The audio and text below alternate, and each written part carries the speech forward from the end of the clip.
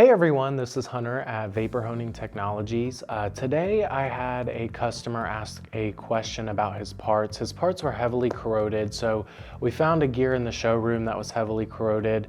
The question was the mixture of glass bead and aluminum oxide or just straight aluminum oxide going to be more effective for him? As you can see, the glass bead aluminum oxide mixture gave a better finish overall, but it did take a little bit longer. And that comes from the glass bead taking the heavier hand in that mixture, in that ratio. The glass bead is round and you only have one part of aluminum oxide in that mixture. So it's a little bit slower, but gives you a better finish. Now, on the other hand, you have the straight aluminum oxide, which is going to give you more of a matte finish, but it was a little bit quicker in the way that it worked to get that part done. So really the question is, what kind of finish are you looking for? This customer was looking for more of a polished finish, so I would recommend the mixture to him.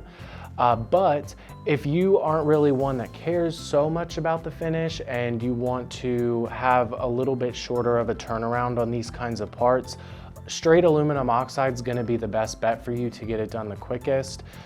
There is a bunch of different variations in size of straight aluminum oxide. I would definitely go with a finer abrasive so that you don't get a rougher surface finish. If you have any questions about abrasive, please give us a call. My number is 828-220-5012.